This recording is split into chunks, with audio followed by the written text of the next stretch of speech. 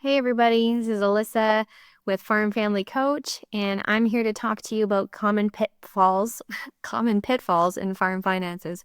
It's kind of a tongue twister. Anyways, a little bit of a backstory here. I'm a CPA practicing in Olds, Alberta, and these are some of the things that I'm seeing that we're constantly working on helping farmers with. So I'm hoping this will help you avoid some bumps in the road.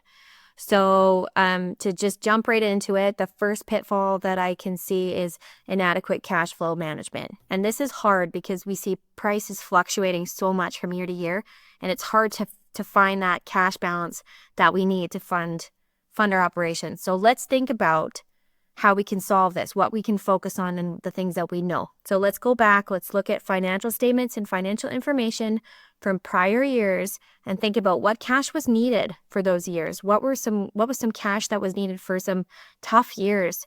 And let's think about the type of expenses that, regardless of whether or not you're going to put seed in the ground, or regardless of whether or not you're going to feed your cows, this cash is going to be required. So that's a great place to start, so that we can determine how much we want to maybe start setting aside to help us in those tough years. So the next pitfall, which can be a result of the first one, is over leveraging, not managing our debt effectively. So the obvious impact of over leveraging is that the interest rates can further damage the farm's cash flow position. And not all debt is bad. Debt can be used to produce income, and that's great. But if you're kind of stuck in a rut with too much debt, consider prioritizing those high interest loans and make sure to spend adequate time refinancing when interest rates are dropping. So, I've seen a lot of farms that stick with the same lender forever just because it's easy, but maybe it's time to start shopping around. Okay. So the next one is lack of diversification. And this is when we have all of our eggs in one basket and then prices drop and we start to really hurt. Let's think outside the box. How can we diversify? I've seen potato farmers branch out into the liquor industry, and this was how they started producing and selling their own liquor. Maybe that's something to consider. So thinking outside the box. And then the next one is risk management. We've got crop and livestock insurance, futures contracts, government programs. All these things can be used to your advantage, and not using them can be a pitfall because there's money out there that's here to support farms. So if you're not sure if you're taking advantage of all these opportunities, start talking to your team of advisors, okay?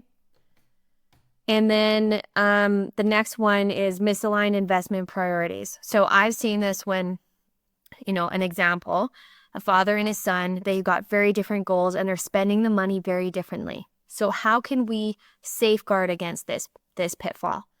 Maybe we put in a procedure in our farm that any expenditures over a certain amount require 2 signatures on those checks. That way there's a check and balance to see where the cash is going before it's spent. Also helping with our cash flow management.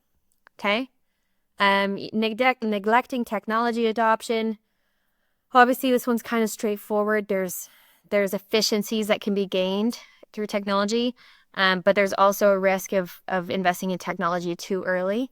So it's kind of a two-sided one. And then, the biggest pitfall here that I see is neglecting succession and estate planning. And we never really know when it's too late for estate planning. But the earlier you start talking about it, the more your advisors can work with you and for you to keep as much cash in your genes and the genes of the next farmers as well.